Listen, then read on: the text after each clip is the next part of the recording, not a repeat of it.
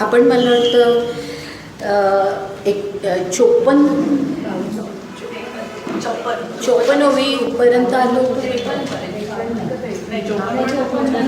53 नाही 54.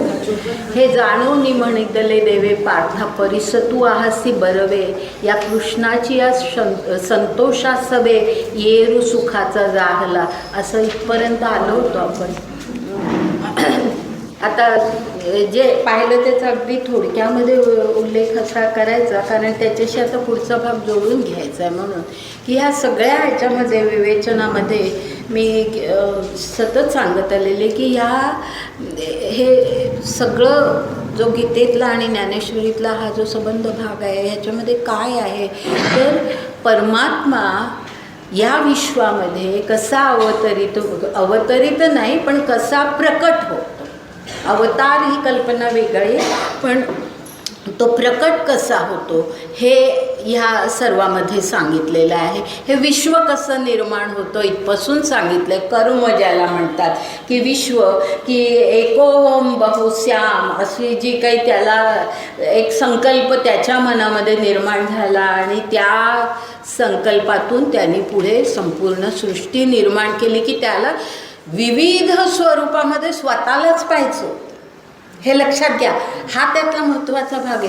तो स्वतःलाच पाहत होता पण तो विविध स्वरूपामध्ये. म्हणजे ही जी सगळी म्हणजे अगदी हीन प्रकृतीची माणसं असोत किंवा अगदी श्रेष्ठ प्रकृतीची माणसं असोत, हे सगळं त्याचं स्वरूप आहे. वेगवेगळी जी सगळी भूतमात्र आहेत, सगळ्या ज्या योनी आहेत, हे त्याचंच स्वरूप आहे. अशा विविध स्वरूपामध्ये त्याला स्वतःला पाहायचं होतं, त्याचा आनंद त्याला घ्यायचा होता. आणि म्हणून त्या अर्थाने तो बहुश्याम हा शब्द आहे की मला पुष्कळ व्हायचं आहे, मला विविध व्हायचं आहे. मला एकटं ह्याच्यामध्ये आनंद नाही, मला सगळ्या रूपांमध्ये मला स्वतःला पाहायचं आहे, माझ्या सगळ्या शक्तींमध्ये मला स्वतःला पाहायचं आहे. हे त्याची ही जी इच्छा होती, त्यातून विश्व निर्माण झालं की ज्याला कर्म असं म्हटलं आहे. आठवतंय ना, कर्म याचा मी अर्थ सांगितला होता, तो असाच आहे. तर कर्म म्हणजे मूळ कर्म हे. आता त्याच्यातून मग पुढे ही विविधता वाढत गेली, ती आपल्या कर्मांनी गेली. पण आपली ही जी कर्म घडतात ती कशी घडतात तर त्याच्या मागे तो ईश्वर आपल्यामध्ये आहेच. आणि तो जो आहे तो कसा आहे हे पुढे सांगितलेलं आहे. आणि ते म्हणजे अधिभूत, अधिदैव आणि अधियज्ञ ह्या 3 स्वरूपामध्ये सांगितलेलं आहे. की अधिभूत म्हणजे अगदी साध्या शब्दामध्ये शरीर की ज्याचं वर्णन ह्या ठिकाणी असं केलं आहे की जे विनाशी आहे, मर्त्य आहे, असं ते शरीर आहे. ते जन्माला येतं, ते मरतं, असं ते शरीर आहे. पण ते जे अधिभूत आहे ते अधिभूत म्हणजे अधिभूताची ही कल्पना आहे. नंतर अधिदैवाची जी कल्पना आहे ती अशी आहे की परमेश्वर आपल्यामध्ये अधिदैव ह्याही स्वरूपामध्ये असतो, ज्याला आपण जीव असं म्हणतो. आपला जीव आपण म्हणजे अगदी साध्या ह्याच्या शब्दामध्ये आपण असं म्हणतो माणसाचा जीव गेला असं जे म्हणतो, तो जो जीव ते अधिदैव. लक्षात घ्या, जीव ह्याचा अर्थ अधिदैव. आणि त्याचं स्वरूप कसं ते इथे सांगितलं की अधिदैव म्हणजे हा जो जीव आहे तो कसा आहे, तो ह्या सगळ्या प्रकृतीमध्ये म्हणजे जी त्रिगुणात्मक प्रकृती आहे, अपरा प्रकृती आहे, कनिष्ठ दर्जाची प्रकृती आहे, त्या प्रकृतीमध्ये तो गुंतलेला आहे. म्हणजे त्या गुंतलेला ह्याचा अर्थ असा की त्या गुणांनुसार कर्म घडत असतात आणि ती कर्म त्याची कर्म असतात किंवा त्याच्या मागे त्याची प्रेरणा असते, अशा प्रकारची ती कल्पना आहे. तर ही अधिदैवाची कल्पना, जीव की जो, आणि म्हणून ह्या ठिकाणी आणखी पुढे एक असं म्हटलं आहे की ज्या वेळेला शरीर मृत होतं त्यावेळेला हा जीव म्हणजेच हा जो अधिदैव आहे तो त्या माणसाच्या मनामध्ये ज्या काही जे काही संकल्प होते, विकल्प होते, ज्या काही वासना होत्या त्या सगळ्या घेऊन तो जीव बाहेर पडतो. त्याच्या इच्छा घेऊन तो जीव बाहेर पडतो. आणि म्हणून मग त्याला म्हटलंय की तो जीव हा त्या संकल्पांचा आधार वृक्ष असतो, विहंगमाचा, त्या संकल्प विहंगमाचा वृक्ष असतो. कारण वृक्ष हा पक्षाला आधार देतो. तर असा हा जो जीव आहे, हा जो हे जे अधिदैव आहे ते अधिदैव त्या ह्याला म्हणजे संकल्पांसकट बाहेर पडतं असा त्याचा खरा अर्थ साध्या शब्दामध्ये.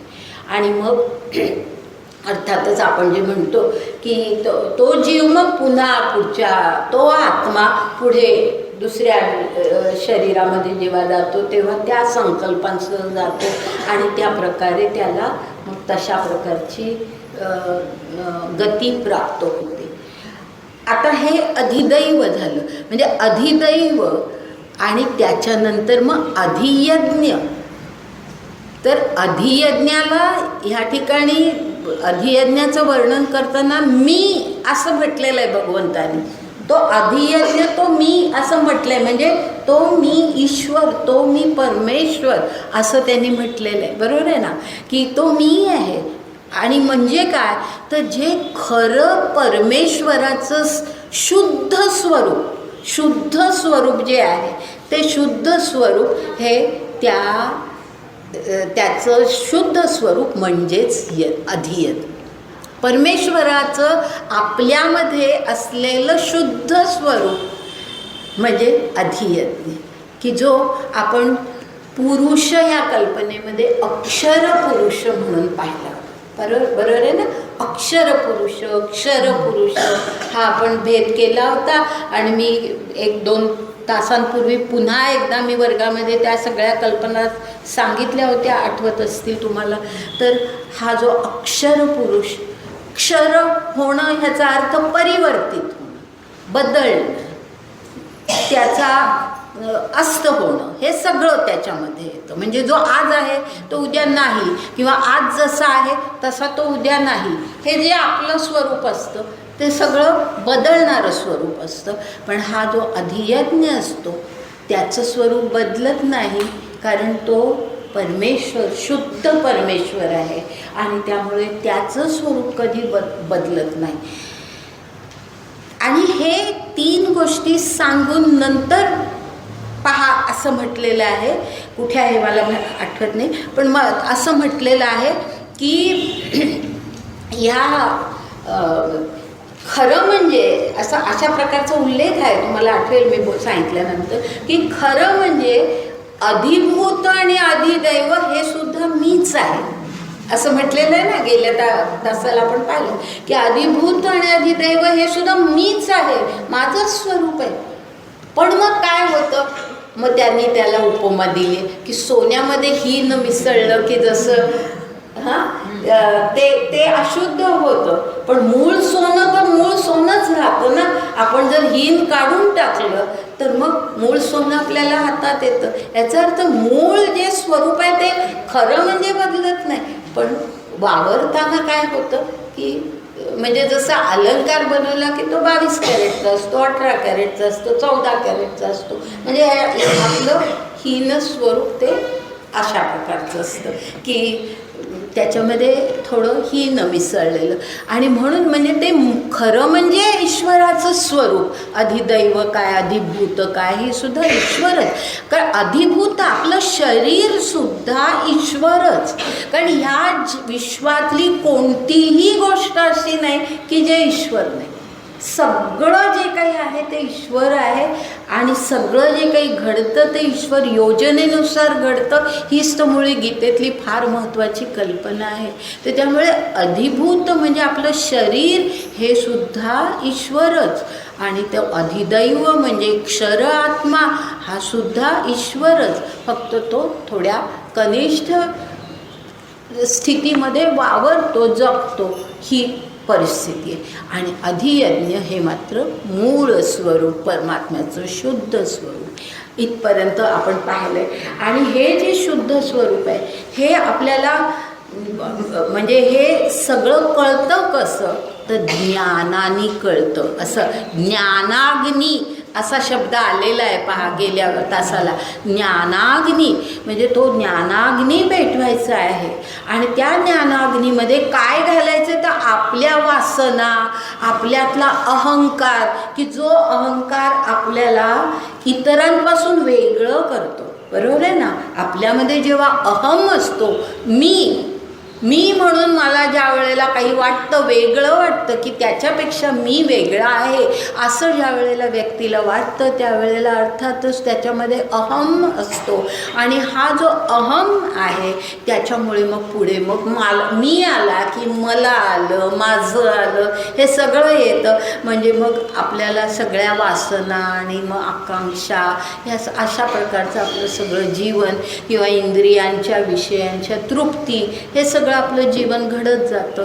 तर अशा प्रकारे ते जे आहे ते सगळं त्या ज्ञानाग्नीमध्ये घालायचं. म्हणजे तो अग्नी पेटवायचा आणि त्याच्यामध्ये ते सर्व म्हणजे ज्या यज्ञ करताना ज्या आहुती दिल्या जातात त्या आहुतीमुळे या आहेत की आपला अहंकार त्याच्यात घालून टाकायचा, आपलं वासना त्याच्यामध्ये घालून टाकायचा, आपला मीपणा, मी शरीर म्हणून जगणं, ही जी देहबुद्धी आहे ती देहबुद्धी सोडायची, देहबुद्धीच सोडायची.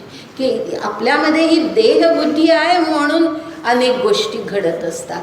तर ही देहबुद्धी त्याच्यामध्ये ज्या वेळेला आपण घालतो त्यावेळेला मग त्यांनी म्हटलं आहे की मग काय होतं की तो ज्ञानाग्नीतून त्यांनी म्हटलंय की मग ते ज्ञानही राहत नाही, फक्त उरतं ते ज्ञेय उरतं. आठवतं तुम्हाला हे आपण घेतलेलं आहे काय गेल्या तासाला. फक्त ज्ञेय उरतं कारण करता उरतच नाही ना. तो यज्ञ करणारा करताच मुळे संपला की मग तो काय मिळवतोय, कसलं ज्ञान मिळवतं, ते ज्ञानही संपतं. आणि ज्ञानही संपतं, ज्ञाताही संपतो, फक्त उरतं ते ज्ञेय. आणि ते ज्ञेय ते म्हणजे खरं ज्ञानपूर्ण असं जे माणसाचं अस्तित्व, ते अस्तित्व म्हणजे मी परमात्मा आहे, अहम ब्रह्मास्मी. हे ज्या वेळेला आणि केवळ तोंडाने शब्दाने नव्हे तर ज्याचं आचरण त्या प्रकारे होतं की ज्याच्या सगळ्या देहबुद्धी संपून आचरणच मुळे मी आत्मा आहे, मी परमात्मा आहे या प्रकारे ज्या वेळेला आचरण घडतं त्यावेळेला त्याला ज्ञान झालं असं म्हणायचं. आणि म्हणजेच तो ज्ञेयच बनतो, तो परमात्माच होतो, तो परमात्माच होतो. तो वेगळा माणूस राहत नाही, त्याच्यातलं अधिदैवही संपलेलं असतं, सगळ्या गोष्टी संपलेल्या असतात. त्याचं शरीर असो नाही तर नसो, म्हणजे तो जिवंत असताना सुद्धा ही गोष्ट घडू शकते. हे गीतेचं वैशिष्ट्य आहे. लक्षात घ्या की मोक्ष मुक्ती ही केवळ मृत झाल्यानंतर नव्हे, ह्या जीवनामध्येच आपल्याला ही मुक्ती लाभू शकते. आणि मुक्ती ह्याचा अर्थ हा आहे की आपण ज्या वेळेला या सगळ्या प्रापंचिक ह्याच्यातून मुक्त होऊन परमात्म्यामध्ये एकरूप होतो आणि आपलं स्वरूप हे परमात्म्यासारखं आहे हे ज्या वेळेला आपल्याला पूर्णपणे जाणवतं, तसं जीवन आपण जगतो, त्यावेळेला आपण त्या स्थितीला पोचलेलो असतो. पण त्याच्याबरोबर हेही लक्षात घ्या की ह्याचा अर्थ असा नव्हे की त्या स्थितीला पोचणं म्हणजे जगाशी, प्रपंचाशी आपला सगळा संबंध तोडून टाकणं, हा त्याचा मुळीच अर्थ गीतेमध्ये नाही आहे. जो आपल्या समाजामध्ये रूढ झालेला होता की संन्यास घ्यायचा, सगळं सर्व संग परित्याग करायचा आणि इथून त्यालाच मुक्ती म्हणायचं, तेव्हा किंवा त्याच्यानंतरच मुक्ती लाभू शकते, अशी जी कल्पना होती ती गीतेमध्ये नाही आहे. गीतेमधली कल्पना अशाच प्रकारची आहे की आपण ह्या शरीरामध्ये असतानाच आपण मुक्त होऊ शकतो. ज्या वेळेला आपला भाव, मदभाव असं म्हटलंय 3ऱ्या अध्यायामध्ये हा शब्द येऊन गेलाय, आठवत असेल तर पहा. मदभाव म्हणजे तू माझ्या भावाशी एकत्र हो, माझा भाव आणि तुझा भाव हा एकच होऊ दे. मदभाव मागतः असा शब्द आहे 3ऱ्या अध्यायामध्ये. हां, तर त्या ठिकाणी आहे की अशा प्रकारे तू मदभाव म्हणजे तुझं स्वरूप आणि माझं स्वरूप याच्यामध्ये काही फरक असता कामा नये. आणि हा जो भाव शब्द आहे ना, त्याचा अर्थ जाणीव असा आहे बरं का. त्याचा अर्थ भाव शब्द जिथे जिथे या ठिकाणी येतो त्याचा अर्थ नेहमी लक्षात ठेवा की त्याचा अर्थ जाणीव, ज्याला इंग्लिशमध्ये कॉन्शियसनेस असं आपण म्हणतो. कॉन्शियसनेस की म्हणजे कसं समजावून सांगते मी तुम्हाला की मदभाव म्हणजे ईश्वराचा भाव आणि आपण मनुष्य म्हणून असलेला आपला भाव, ह्याच्यामध्ये फरक आपण करू शकतो की नाही. की आपल्याला आपली जाणीव जी असते ती मी कोण आहे, ह्या प्रपंचामध्ये माझं स्थान काय आहे, माझं नाव काय आहे, माझं शिक्षण काय आहे, माझं कर्तृत्व काय आहे, माझा स्वभाव काय आहे, असं सगळं जे काही आपल्याला वाटतं ती आपल्याबद्दलची जी जाणीव असते तो मदभाव नव्हे. हां, तो ईश्वराचा भाव नव्हे. तो काय झाला, अधिदैवाचा भाव झाला. आता अधिदैव तुम्हाला माहिती आहे, तो अधिदैवाचा भाव झाला. आणि ईश्वराचा भाव आहे, अधियज्ञाचा जो भाव आहे तो कसा की मी हा देह नव्हे तर मी तो परमात्माच आहे. म्हणून जगणं तसं जगणं आणि त्यामुळे मग जीवनातल्या ज्या काही आपल्याला आकांक्षा, सुख दुःख, यश अपयश, ह्या ज्या सगळ्या द्वंद्व वासना आहे, जे सगळं आपल्या जीवनामध्ये येतं ते सगळं जातं आणि आपण एक अत्यंत शुद्ध परमात्मा स्वरूपामध्ये आपण जगू शकतो. हे ह्या जीवनामध्ये, या जगामध्येच घडू शकतं. तर ती मुक्तीची खरं म्हणजे ह्या गीतेतली कल्पना आहे. आता आपण पुढे जाऊया. आता हे सगळं अर्जुनाला त्यांनी सांगितलं आहे आणि मग त्यांनी म्हटलं आहे हे जाणून म्हणितले देवे. म्हणजे अर्जुन सगळं अतिशय लक्ष देऊन ऐकतो आहे, त्याला हे सगळं समजतं आहे. हे जाणून म्हणितले देवे. हां, मागची थोडंसं जोडून घेते आणि पुढे जाते. हे जाणून म्हणितले देवे पार्था परिसत्वासी बरवे. म्हणजे ऐकतोय, चांगलं ऐकतोयस बरं का. आपण हे का म्हणतो की नाही आपल्या मुलाला सुद्धा छान करतोयस हा अभ्यास, अगदी लक्ष देऊन करतोय, तसं म्हटलेलं आहे भगवंतानी. किती त्यांचं नातं ह्या ज्ञानेश्वरीमध्ये ना अर्जुन आणि भगवंताचं इतकं जवळीक दाखवलेली आहे. एवढं जवळचं नातं आहे की अगदी मोकळेपणाने म्हटलेलं आहे की पार्था परिसत्वासी बरवे. या कृष्णाची या संतोषासवे येरू सुखाचा झाला. म्हणजे अर्जुनालाही बरं वाटलं की श्रीकृष्णाला हे कळलंय की आपण खूप लक्षपूर्वक हे सगळं ऐकतोय, त्याच्या संतोषाने याला सुख झालं. असं इथपर्यंत आपण आलो होतो. आता पुढे जाऊया. आता 58वी एकदम ओवी बघा. 58वी ओवी अशी आहे. म्हणे परिसणे यांचया राया आईके बापा धनंजया ऐसी जळो सरलिया माया तेथ जाळीते तेही जळे. म्हणजे पहिला जो शब्द आहे ना, परिसणे यांचया राया. परिसण याचा अर्थ ऐकणं, श्रवण करणं. आणि इथे परिसणे यांचया राया असं म्हटलंय. याचा अर्थ श्रोत्यांच्या राजा. जो श्रोत्यांच्या राजा म्हटलंय अर्जुनाला, की जे श्रोते कसे असावेत तर अर्जुनासारखे असावेत, असा त्याचा अर्थ आहे. की अर्जुनासारखे असावेत, की अगदी लक्षपूर्वक ऐकतायत, सगळ्यामध्ये त्यांना आनंद मिळतोय, अशा प्रकारचे श्रोते. आणि म्हणून त्यालाच मुळी परिसणे यांचया राया, म्हणजे जे चांगले श्रोते आहेत त्यांचा तू राजा आहेस असं म्हटलेलं आहे. तर अर्जुनाला म्हटलंय ते म्हणे परिसणे यांचया राया ऐके बापा धनंजया, बाबा धनंजया ऐक. आणि काय पुन्हा म्हटलंय, ऐसी जळो सरलिया माया.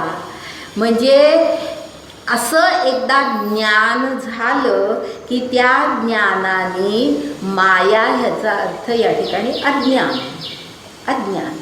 ते ज्ञान झालं की, कारण ज्ञानाग्नी पेटवलाय त्यामुळे ज्ञान झालं की सरलिया माया, म्हणजे अज्ञान संपतं. असं ज्ञान ज्या वेळेला होतं, म्हणजे ईश्वराचं खरं स्वरूप आपल्याला ज्या वेळेला कळायला लागतं त्यावेळेला आपलं अज्ञान संपतं. आणि मग पुन्हा जसं मगाशी म्हटलं मी की कर्ता संपतो, कर्म संपतं, फक्त ते ज्ञेय उरतं तेच इथे. ते तर जाळीतेही ते जळे, म्हणजे जाळणारं कोण आहे, ज्ञान. ज्ञान जाळतं आणि तेही जळे, म्हणजे तेही संपतं.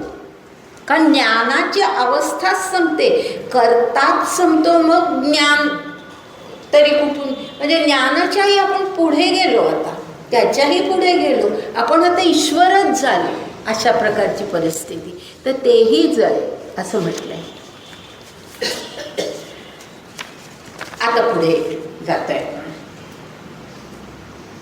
जे आताची सांगितले होते, आता हा आताची ह्याचा अर्थ ह्याच्यावरती जे काही आधी आपण सगळं पाहिलंय त्याला उद्देशून म्हटलं. जे आताची सांगितले होते अगा अधियज्ञ म्हणितले जयाते, जे आधीची नंतर स्वल्पविराम करा, एक तिथे रेग मारा. जे आधीची तया माते जाणोनी, तया माते इथपर्यंत मी आधी अर्थ हे करते की हे जे मी तुला सांगितलं की आदिभूत म्हणजे काय, आदिदैव म्हणजे काय, आदियज्ञ म्हणजे काय, हे जे सगळं तुला मी आतापर्यंत सांगितलं ते अर्जुना अधियज्ञ मी ज्याला म्हटलं असं म्हटलं इथे. अगा म्हणजे अर्जुना अधियज्ञ म्हणितले जयाते, ज्याला मी अधियज्ञ असं म्हटलं ते कसं आहे, जे आधीची म्हणजे आधीची अगदी पहिल्यापासून आहे, ते जन्मलं नाही, ते कधी मृतही होणार नाही, ते आधी आहे, आधी तत्व आहे. लक्षात आलं. तो आधी म्हणजे आद्य ज्याला आपण म्हटलेलं आहे, आधी आपल्या प्रार्थनेमध्ये म्हणतो आपण आद्या, ते जे आधीची म्हणजे प्रथमपासून ते आहेच. म्हणजे विश्वही नव्हतं त्याच्या आधी ते आहेच, आणि विश्व संपलं तरी ते आहेच, असं म्हणून ते आधीची तया माते जाणूनी. तया माते म्हणजे त्या मला, आता मला म्हणजे तो ईश्वर बोलतोय, त्या मला म्हणजे हे जे आदी तत्व आहे, त्या आदी तत्व अशा त्या मला जाणोनी, त्या मला समजून, मी त्या माझं स्वरूप जाणून, त्या माते जाणोनी अंती. आता ह्या अंतीला पुढची जी ओवी आहे ती जोडून घ्या, कारण तो अंती शब्द त्या पुढच्या ह्याला जोडलेला आहे. ते जाणोनी अंती ते देह झोळ ऐसे मानोनी ठेले. म्हणजे ती माणसं जी असतात ज्यांना हे ज्ञान झालेलं आहे, ती माणसं अंती म्हणजे देहांताच्या वेळेला, अंती याचा अर्थ देहांताच्या वेळेला, देहांताच्या वेळेला जाणोनी अंती. ते काय सांगतात तर ते देह झोळ ऐसे मानोनी ठेले. ठेले याचा अर्थ ते त्यांना हे समजलेलं आहे, राहिले ते ठेले म्हणजे त्या झोळ म्हणजे वस्त्र. वस्त्र खोळ म्हणतो ना आपण, खोळ. तो खोळ शब्द ह्या झोळवरून आलेला आहे, खोळ शब्द. आणि खोळ ही वस्त्राची खोळ असते, बरोबर आहे ना. तर तो शब्द ह्या झोळवरूनच आलेला आहे, खोळ. तर काही ठिकाणी तो खोळ शब्दही वापरला आहे कुठेतरी, मला वाटतं आधी एकदा येऊन गेला. ते देह झोळ मानून ठेले म्हणजे काय की ते एक वस्त्र आहे. असंच त्यांची मनाची धारणाच मुळी अशी आहे की शरीर जे आहे ते एक वस्त्र आहे, ते आपलं खरं स्वरूप नाही. आपण धारण केलंय, आपण धारण केलंय. आठवतो दुसऱ्या अध्यायामध्ये आपण हे पाहिलं होतं, वासांसी जीर्णानी यथा विहाय तथा शरीराणी विहाय जीर्णात. म्हणजे जे वासांसी जीर्णानी, जसं वस्त्र जुनं झालं की आपण टाकून देतो, त्याचप्रमाणे देह जीर्ण झाला की तो आत्मा तो देह टाकून देतो. म्हणजे वस्त्रासारखंच त्याला तो मानतो आत्मा. तर अशी ज्यांची स्थिती झालेली आहे की देह झोळ ऐसे मानूनी ठेले, म्हणजे त्यांची पूर्ण धारणा आहे की आपलं शरीर म्हणजे केवळ एक वस्त्र आहे, ते काही आपलं खरं स्वरूप नव्हे. झोळ ऐसे मानूनी ठेले आपण बे आपणची होऊनी. म्हणजे ते कसे राहिले, तो ठेले शब्द आहे ना, तो आधीलाही जोडता येतो, मानूनी ठेले असंही घेता येतं, नाही तर तो शब्द ठेले पुढच्या ह्यालाही जोडता येतो. काही वेळेला या ओव्यांमध्ये असं येतं की एकच शब्द मागच्याही भागाला जोडला जातो, पुढच्याही भागाला जोडला जातो. आता तो शब्द ठेले पुढच्या भागाला जोडला तर कसं होतं पहा, ठेले आपण पे आपणची होऊनी. आलं लक्षात? आपण पे आपणची होऊनी म्हणजे आपलं खरं स्वरूप. आपण पे आपणची, आपणची ह्याचा अर्थ आपलं खरं स्वरूप जे आहे ते त्या स्वरूपामध्ये ते जगत असतात. ठेले ते तसेच राहत असतात त्या खऱ्या स्वरूपामध्ये, म्हणजे आत्मस्वरूपामध्ये ते जगत असतात. आत्मस्वरूपामध्ये ते जगत असतात. देह बुद्धीमध्ये ते जगत नाही, ते आत्मबुद्धीमध्ये जगतात. आणि हे दोन शब्द अगदी आता चांगले लक्षात ठेवा, देहबुद्धी आणि आत्मबुद्धी. पुढेही मी उल्लेख करणार आहे त्याचा. तर ते देहबुद्धीमध्ये जगत नाही तर आत्मबुद्धीमध्ये जगतात हे सांगायला असे शब्द वापरले. आपण पे आपणची होऊनी ठेले. जैसा, आता उदाहरण दिलं, जैसा मठ गगना भरुनी गगनीची असे. म्हणजे मठ याचा अर्थ माठ किंवा भांड. भांड म्हणतो ना आपण, एखादं भांड गगना भरुनी म्हणजे त्याच्या आतमध्ये सुद्धा गगन. गगन ह्याचा अर्थ आकाशच नव्हे, अवकाश, पोकळी जी असते, म्हणजे ज्याला इंग्लिशमध्ये आपण स्पेस म्हणतो. स्पेस आतमध्ये काय असतं तर स्पेस असते, बाहेर काय असतं स्पेस असते, बरोबर आहे. तर स्पेस म्हणजे गगन याला अगदी बरोबर इंग्लिश शब्द म्हणजे स्पेस हा आहे. तर ते जे आहे तर ते इथे म्हटलेलं आहे की आतमध्ये त्या माठाच्या आतमध्ये त्या घट म्हणतो ना आपण, तो मठ शब्द आहे. तर घटाच्या आतमध्ये सुद्धा गगन भरलेलं आहे, बाहेरही गगन भरलेलं आहे. ये प्रतितीची या माझ घरी तया निश्चयाची ओवरी आली म्हणून बाहेरी नवेचीच से. म्हणजे ते कसे असतात की हा अनुभव त्यांना आलेला आहे की आपल्या आतही तो परमेश्वर भरलाय, बाहेरही सर्वत्र तोच परमेश्वर भरलाय. ही प्रतीती, ही प्रचिती त्यांना आलेली असते. प्रतीती म्हणजे प्रचिती, हा अनुभव त्यांना आलेला असतो. आणि त्या माझ घरी म्हणजे त्या घरामध्येच ते राहत असतात, त्या अनुभवाच्या माझ घरामध्ये ते राहत असतात. आणि तया आणि ते माझघर म्हटलंय, म्हणजे माझघर हे नेहमी घरामध्ये पहा, हे शब्दसुद्धा ज्ञानदेवाने इतके बरोबर वापरले की माझघर हे कधी बाहेर नसतं, माझघर हे आत असतं ना, तर ते म्हणून ते त्याला माझघरामध्ये म्हणजे किती आतमधला अनुभव, अंतःकरणातला अनुभव, हा प्रतीती हे सांगण्यासाठी त्यांनी किती सुंदर शब्द वापरला आहे माझघर. म्हणजे ह्या लहान लहान शब्दामध्ये आपल्याला खूप काहीतरी अर्थ लक्षात घेण्यासारखा असतो. तर प्रतीतीच्या चिया माझ घरी तया निश्चयाची ओवरी, म्हणजे निश्चित अगदी त्यांचा आता निश्चय झाला आहे की आपलं हेच स्थान आहे, की आपण देह म्हणजे आपण नाही आहोत, तो आत्मा आणि परमात्मा म्हणजे आपण आहोत. ह्याच्यामध्येच ते आता राहत आहेत, त्या ओवरी, त्या घरामध्ये, त्या आतमध्येच ते राहत आहेत. आणि असा तो अनुभव त्यांना आलेला आहे. आली म्हणून बाहेरी नव्हेची से म्हणजे ते बाहेरी म्हणजे त्या बाह्य प्रपंचातल्या कुठल्याही गोष्टींमध्ये त्यांना काही त्यांचं मन रेंगाळतच नाही, ते आतमध्येच असतात.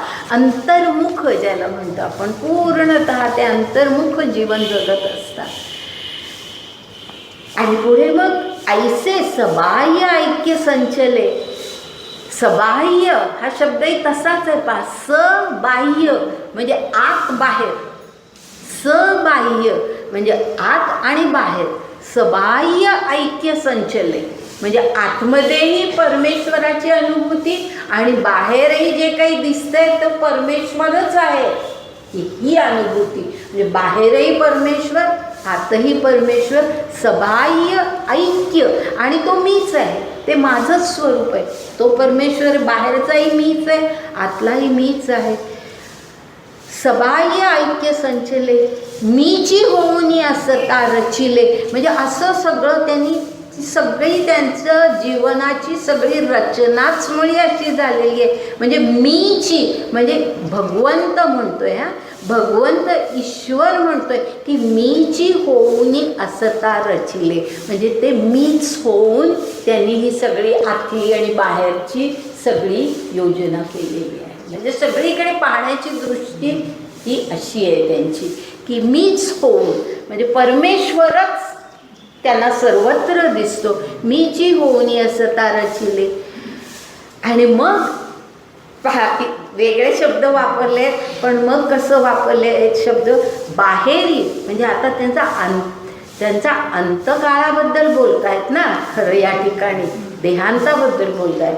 तर मग बाहेरी म्हणजे बाहेर काय घडतं, भूतांची पाचही खवले नेणताची पडिली. आलं लक्षात, बहुतेकांच्या आलं असेल की पंचमहाभूतांचं जे आपलं शरीर बनलेलं आहे, खवले म्हणजे ते खवले हे बाहेर असतात, तर ते सगळं बाहेरचं शरीर आहे.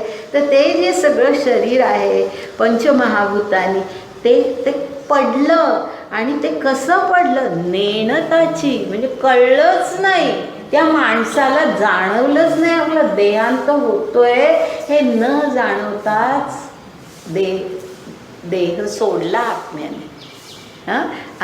असं वर्णन आहे की देहांत कसा तर जाणवलाच नाही, मरण हे कळलंच नाही. अशा प्रकारे ते मरण नेणताची पडली. आणि मग ते नेणताची पडिली ह्याचं स्पष्टीकरण पुढे कसं केले पहा, उभे पण नाही जयाचे, मा पडिलिया गहन कवण तयाचे. म्हणजे उभे पण नाही जयाचे ह्याचा अर्थ जिवंत असताना, उभं असताना ह्याचा अर्थ जिवंत असताना ज्या शरीराचं काही शरीराविषयी काही आस्थाच नाही, उभे पण नाही जयाचे म्हणजे त्या शरीराकडे लक्ष नाही किंवा शरीराविषयी आस्था नाही. मग पडिलिया गहन कवण तयाचे. गहन याचा अर्थ की फार काहीतरी भयंकर घडतंय, संकट आलंय, त्याला गहन म्हणतात. गहन म्हणजे संकट. किंवा काहीतरी भयंकर परिस्थिती, म्हणजे आता देहांताच्या वेळेला माणूस नाही तर भित्रा होतो, सगळ्या प्रकारे अनेक प्रकारचे विचलित स्थिती निर्माण होते. तर ह्या माणसाला मुळी जिवंतपणे सुद्धा त्याला काही शरीराबद्दल आस्था नव्हती. मग ते शरीर पडलं म्हणजे त्या शरीराचा अंत झाला. त्याला संकट काय वाटणार, गहन कवण तयाचे. म्हणून प्रतितीची पोटीचे पाणी न हले. आपण म्हणतो ना पोटचं पाणी सुद्धा हलत नाही, ह्याचा खरा अर्थ असा आहे की पोटचं पाणी हलत नाही. आपण खूप वेळेला म्हणतो की गाडीतून जाताना पोटचं पाणी सुद्धा हललं नाही, पण तो अर्थ नाही. पोटचं पाणी न हलणं ह्याचा खरा अर्थ जो आहे तो असा आहे, अत्यंत स्थिर अंतःकरण. अंतःकरण अत्यंत स्थिर असणं म्हणजे पोटचं पाणी न हलणं, हा खरा अर्थ आहे त्याचा. की आणि इथे तर तोच अर्थ आहे की प्रतीतीची आहे म्हणजे अनुभव जो काय आहे तो अनुभवाचं प्रतीतीची आहे पोटीचे पाणी न हले. म्हणजे अनुभव स्थिरच आहे. देह असतानाही तोच अनुभव, देह पडल्यावरही तोच अनुभव की मी परमात्मा आहे, मी आत्मा आहे, मी शाश्वत आहे, मी अविनाशी आहे. म्हणजे माझा नाश झाला ही मुळी भावनाच नाही, त्यामुळे पोटचं पाणी हलतच नाही. म्हणजे अंतःकरणात सुद्धा काही अस्थिरपणा, विचलितपणा निर्माणच होत नाही. हे 63 ओवीनंतर 65 पहा, कारण तेच काही वेळेला जास्त हे केलेलं आहे. 65 बघा, इथे सुद्धा पुन्हा उदाहरणच दिलं आहे, पण एक चांगलं आहे. पै अथावी घट बुडला, तो आत बाहेरी उदके भरला, पाठी दैवगत्या जरी फुटला, तरी उदक काय फुटे.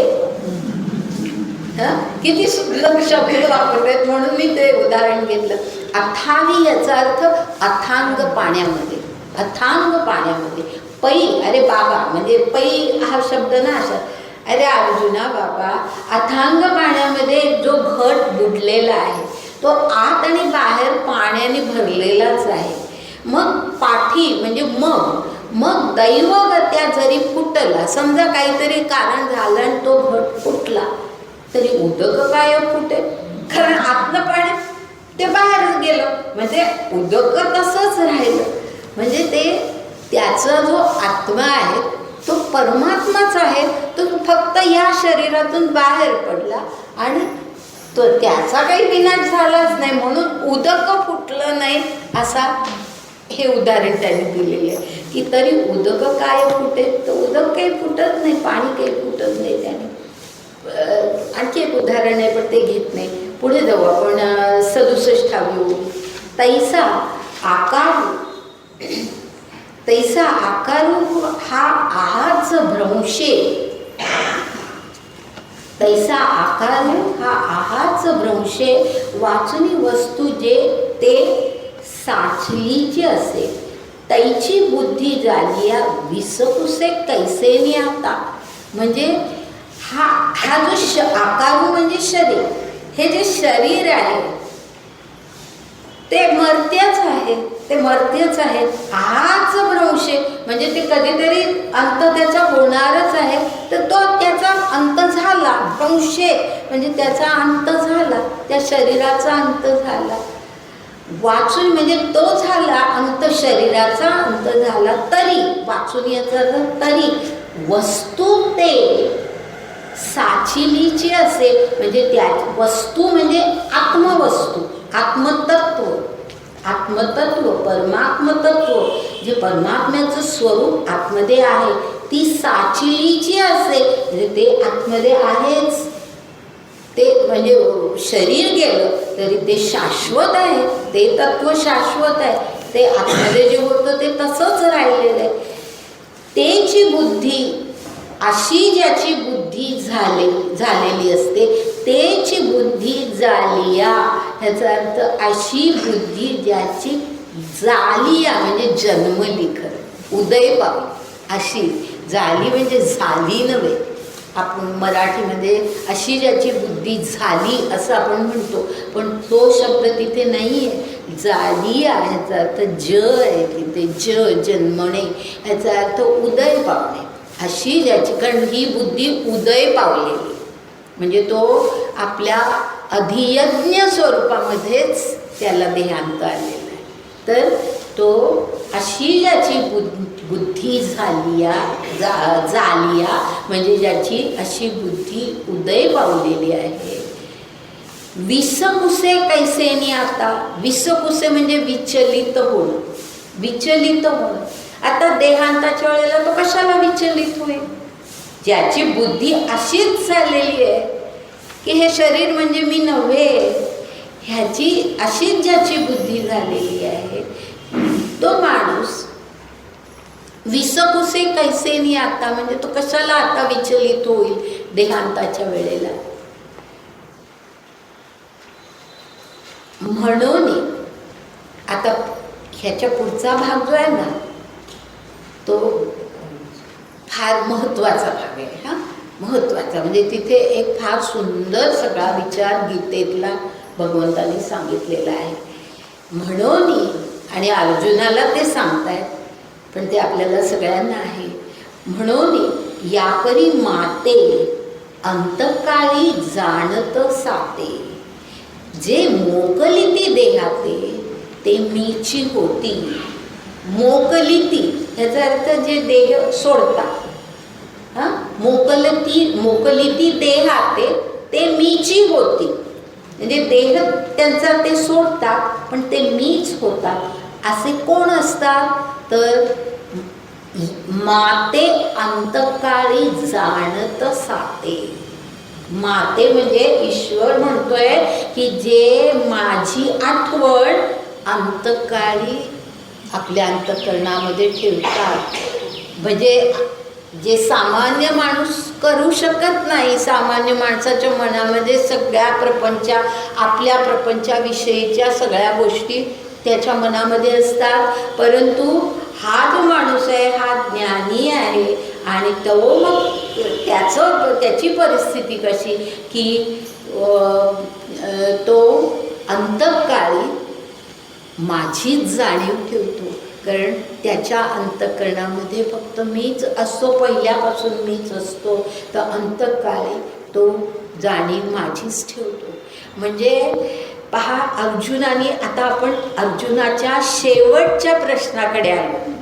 आठवतं तुम्हाला अर्जुनाने विचारलं होतं की ती सगळी पदं मला समजावून सांग, आणि त्याच्यातलं शेवटचं 7वं जे होतं ती अशी कल्पना होती की अंतकाळी माझं जो स्मरण करतो तो माझ्यापर्यंत पोचतो असं भगवंतांनी म्हटलेलं होतं. तो अर्जुनाने प्रश्न विचारला होता की अंतकाळी ज्या वेळेला सगळ्या इतक्या आपले सगळे विचलित आपण झालेलो असतो, अशा परिस्थितीत ईश्वराची आठवण होते कशी, असा प्रश्न होता. आणि त्या प्रश्नाच्या उत्तराला आता सुरुवात झालेली आहे. आणि फार सुंदर ह्याच्या पुढचा सगळा भाग आहे की अंतकाळी ते मला जाणतात आणि म्हणून देह सोडल्यानंतर ते मीच होतात. आता इथे ते आले. आता ह्याच्या पुढे ह्या सगळ्याचं स्पष्टीकरण ते करत जातात. कसं पहा, एरवी तरी साधारण म्हणजे सामान्य माणसाची गोष्ट आता पहिल्यांदा सांगितली. आपले सर्वांच्या बाबतीत काय घडतं ते आधी त्यांनी सांगितले. एरवी तरी साधारण उरी आदळीया मरण, जो आठवू धरी अंतकरण तेची होईचे.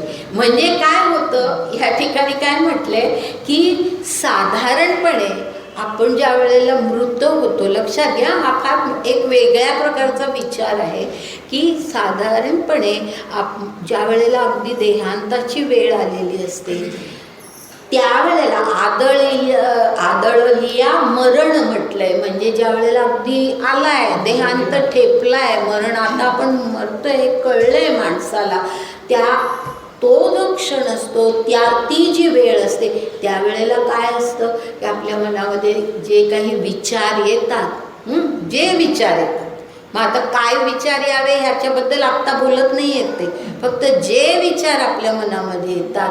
म्हणून जो आठवू धरी अंतःकरण म्हटले, जो आठवू धरी अंतःकरण म्हणजे अंतःकरणामध्ये जे काही येतं त्यावेळेला तेची होईजे, म्हणजे पुढे आपल्याला तीच गती प्राप्त होते. असं आहे. एक मोठा वेगळा विचार इथे सुरू होतो गीतेतला, हां, की अंतकाळी जे काही आपल्या मनामध्ये जे काही विचार असतात, कशाची आठवण, जे काही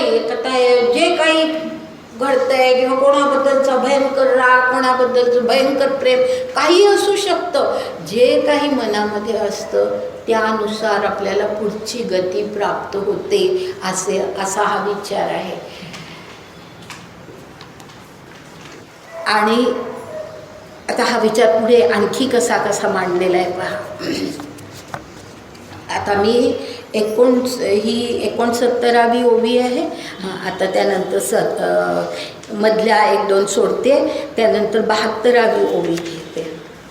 कारण काही वेळेला ना उगीच काहीतरी शब्दांमध्ये आपण अडकतो आणि मग पुन्हा तो विचार जातो. तो तसं होऊ नये म्हणून मधल्या काही ओव्या मी घालते. आणि आता 72वी ओवी. तेवी मृत्यूचेनी अवसरे एके, जे येऊनी जीवा समोर ठाके, ते होणे मग न चुके भलतया परी. म्हणजे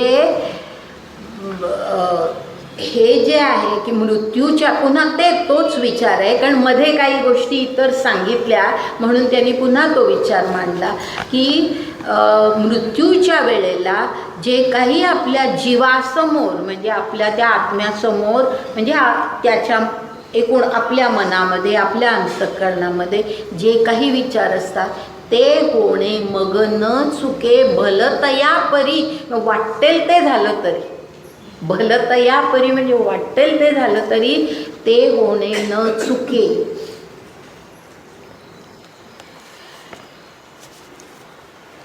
आणि जागता जव असिजे, तव जेणे ध्याने भावना भावीजे. म्हणजे त्याला एक उदाहरण दिले त्याने की जागता जव असिजे, तव जेणे ध्याने भावना भावीजे, डोळा लागत खेवो देखीजे तेची स्वप्नी. कळलं की ज्या वेळेला आपण, म्हणजे हे आपल्याला पटावं की मृत्यूच्या वेळेला आपल्या मनामध्ये जो विचार असतो त्यानुसार आपल्याला गती प्राप्त होते, हे सांगण्यासाठी त्यांनी एक उदाहरण काय दिलंय की जागतेपणी आपल्या मनामध्ये जे विचार घोळत असतात ते आपल्याला डोळा लागता क्षणी ते लागत खेवो. डोळा लागत खेवो म्हटलंय ना, खेवो याचा अर्थ क्षणी. डोळा लागला रे लागला, आपल्याला झोप लागली रे लागली की तेच आपल्याला स्वप्नात दिसतं. जे मनात घोळत असतं, जे मनी वसे ते स्वप्नी दिसते आपण म्हणतो.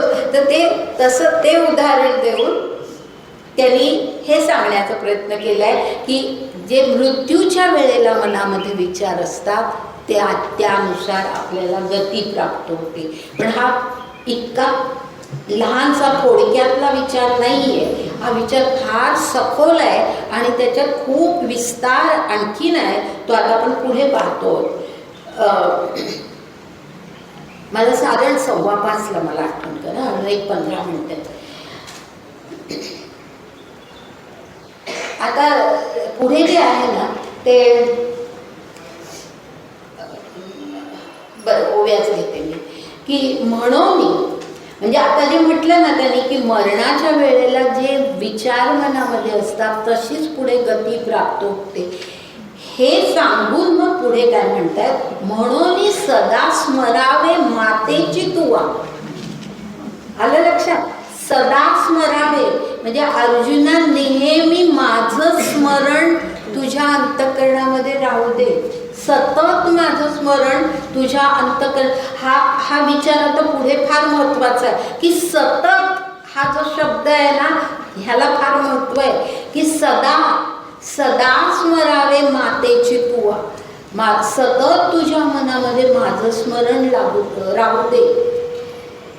डोळा जे देखावे म्हणजे कसं स्मरण, तर म्हणजे आपण जे सगळं जीवन जगतो त्या सगळ्या प्रपंचामध्ये राहायचं, पण त्या प्रपंचामध्ये जीवन जगत असताना कसं जगायचं, तर ते पुढे दिले.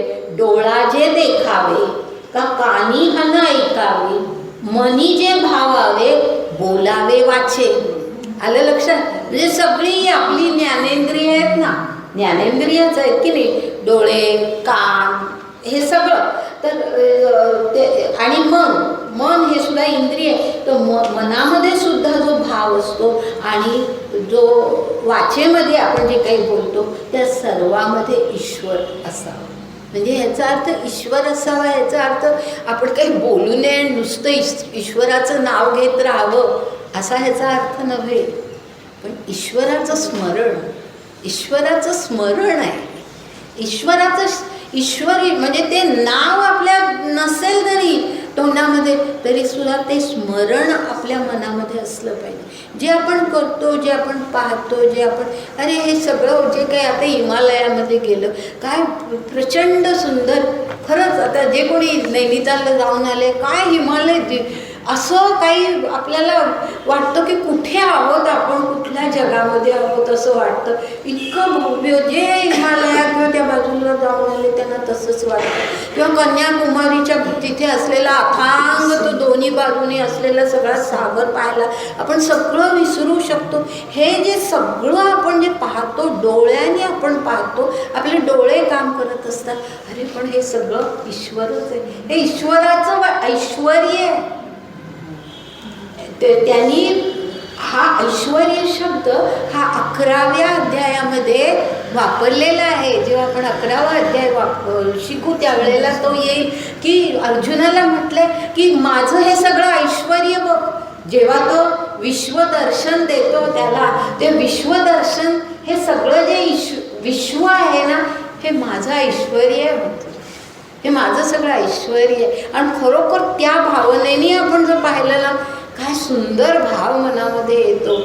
मग अगदी सुंदर फुलं एखाद्या बागेमध्ये खूप सुंदर फुलं असतील, इतकं प्रसन्न वाटतं. ते फुल तोडावं असं सुद्धा आपल्याला वाटणार नाही, कारण आपण आपल्याला विसरलेलो असतो. आपण त्या सौंदर्यामध्ये असे गुंतून जातो. तर जे डोळ्याने आपण जे पाहतो, कानाने जे काही आपण ऐकतो, जे काही आपण मनामध्ये जे आपले भाव असतात, आपल्या तोंडाने जी काही वाचा असते, बोलत असतो आपण, त्या सगळ्यामध्ये ईश्वर. आणि म्हणून कधी वाईट बोलू नये, कोणाची निंदा करू नये. जे आपण म्हणतो कोणाची निंदा करू नये, हे कशासाठी की असं शेवटी ते ईश्वराचं स्वरूप आहे. असेल त्याच्यामध्ये काही हीन गोष्टी असतील, आपल्यामध्ये नसतात का? प्रत्येकामध्ये असतात, काही ना काही कमतरता असतात. कोणाबद्दल तरी ही जी सवय असते माणसाला की सारखं ह्याचं त्याला सांगायचं, त्याचं त्याला सांगायचं, हे जे करत आपण बसतो, निंदा करत बसतो, ते आपण शक्यतो टाळावं. तर त्या निंदेमध्ये जेव्हा निंदा टाळतो तेव्हा सुद्धा आपल्या मनामध्ये चांगला भाव असतो. तर हे ईश्वराचं स्मरण आहे. म्हणजे सगळं जीवन जगताना आपण ईश्वरमय होऊन ते जीवन जगायचं. सगळं जीवनच म्हणजे ईश्वरमय होऊन जगायचं. आणि तेच पुढे सांगितले, ते आत बाहेरी आगवे मीची करूनी घालावे. म्हणजे सगळं आतमध्ये मीच आहे, बाहेर मीच आहे, हे स्मरण सारखं मनामध्ये. ते आत बाहेरी आगवे मीची करूनी घालावे, मग सर्वी काळी स्वभावे मीची आहे. मग देहांताच्या नंतर सुद्धा मी आहेच. तुझ्या जिवंतपणी पण मी तुझ्या बरोबर आहे आणि देहांतानंतरही मी आहेच. तर सर्व काळी स्वभावे स्वाभाविकरित्या मीच तुझ्या बरोबर आहे. अगा ऐसे या जरी जाहलिया, मग न मरीजे देह गेलिया. फार सुंदर विचार आहे. आणि इथे म्हणजे इथे थांबत नाही आहे, पुढचं घेते मी, पण मी ह्याचं आधी स्पष्टीकरण करते. फार सुंदर विचार आहे. असं सहज पुढे जाता येतं की मग मरीजे देह गेली, म्हणजे मग न मरीजे देह गेली, असं साध्या शब्दामध्ये पण सांगता येतं की देह गेला तरी सुद्धा आत्मा परमात्मा हे आपलं स्वरूप शिल्लक राहतं. हे अगदी साध्या शब्दामध्ये पण सांगता येतं की जे मी आत्तापर्यंत सांगत आले. पण तितकं नाही, ह्यामध्ये ना न मरीजे हा जो शब्द वापरला आहे ना तो आपल्याला आणखीन खोलात आपल्याला नेतो. लक्ष म्हणजे आपण हे खूप खोलात जाऊन समजून घेतलं पाहिजे. न मरीजे म्हणजे देह मेला आहे पण आपलं स्वरूप मेलेलं नाही आहे. यालाच अमरत्व म्हणतात. लक्षात घ्या, याला अमरत्व म्हणतात.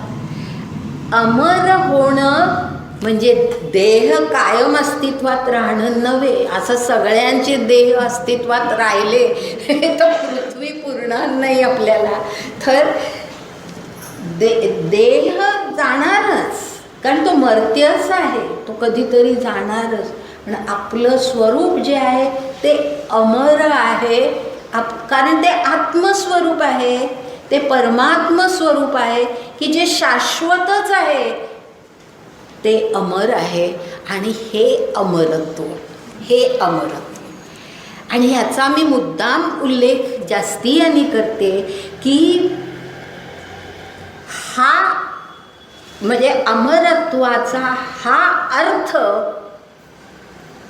जाणून मी जाणणंच म्हणते, हेच ज्ञान आहे, हेच ज्ञान आहे. लक्षात घ्या, जाणणं म्हणजेच ज्ञान करून घेणं, की हे अमरत्वाचं ज्ञान करून घेणं हेच खरं ज्ञान आहे, हेच खरं ज्ञान आहे. तर अमरत्वाचं ज्ञान करून घेणं, त्याला जाणणं, आपलं खरं स्वरूप, आपलं अमरत्व जाणणं आणि त्यानुसार जगणं हे खरं जीवन असतं. हे खरं ज्ञानी माणसाचं जीवन असतं. हे खरं ज्ञानी माणसाचं जीवन असतं की देह गेला तरी त्याचा विचार कोणाच्याही बाबतीत, आपल्याही नव्हे, इतरांच्याही नव्हे, दुःख थोडंफार होतं, साहजिक असतं. आणि मी ह्याची उदाहरणं आधी दिले. कृष्णाचं उदाहरण मी दिलं की अभिमन्यूचा वध झाला तेव्हा कृष्णाच्याही डोळ्यामध्ये पाणी आलं होतं. मी हे संबंध त्याचं वर्णन करून मी सांगितलेलं आहे. दुःख असतं ते फार क्षणिक असतं, ती संवेदना असते, आपल्याला दिसलं आणि म्हणून त्या जसं एखाद्या गोष्टीची चव घेतली की आपल्याला त्याची संवेदना कळते, तसं ती घटना घडली आहे त्याचं जे संवेदन असतं त्याच्यामुळे दुःख होतं, ते साहजिक असतं. पण ते तेवढंच असतं आणि तेवढंच ठेवायचं असतं, ते पुढे वाढवत नाही, त्याच्यामध्येच गुंतून राहायचं नाही. अगदी आपल्या जवळच्या व्यक्तीच्या बाबतीतही हे घडलं आणि कधीतरी घडणारच असतं.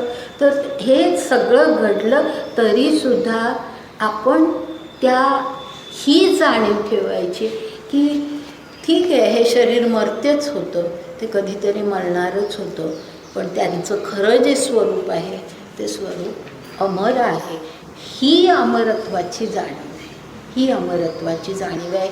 आणि ही जाणीव मनात ठेवून आपलं जीवन आपण जगलं पाहिजे. आपलं जीवन हे आपण ह्या जाणीवेतून जगलं पाहिजे की परमात्मा जो आहे. मी आणखी एका गोष्टीचा या ठिकाणी उल्लेख करते की आपण हे सगळं ब्रह्म म्हणजे काय, अध्यात्म म्हणजे काय, हे सगळं आपण पाहिलं आधी, बरोबर आहे, या अध्यायामध्ये. तर त्यावेळेला अध्यात्म ह्याचा अर्थ काय होता की अध्यात्म म्हणजे स्वभाव. कोणाचा स्वभाव? ब्रह्माचा स्वभाव. आणि ब्रह्माचा स्वभाव म्हणजे सहज स्थिती, त्याची सहज स्थिती. आणि ती सहज स्थिती कशी असते? तर ती सहज स्थिती त्याला मरण नाही, शाश्वत आहे. तो परमात्मा, तो परब्रह्म, ते शाश्वत आहे, ते अक्षर आहे, ते अव्यय आहे, हे त्याचं स्वरूप आहे, हा त्याचा स्वभाव आहे. म्हणजे ते कधीही मरत नाही, त्याला अध्यात्म म्हणतात. बरोबर आहे. म्हणजे परमात्म्याचं ते स्वरूप आपल्याला कळणं म्हणजे अध्यात्म कळणं.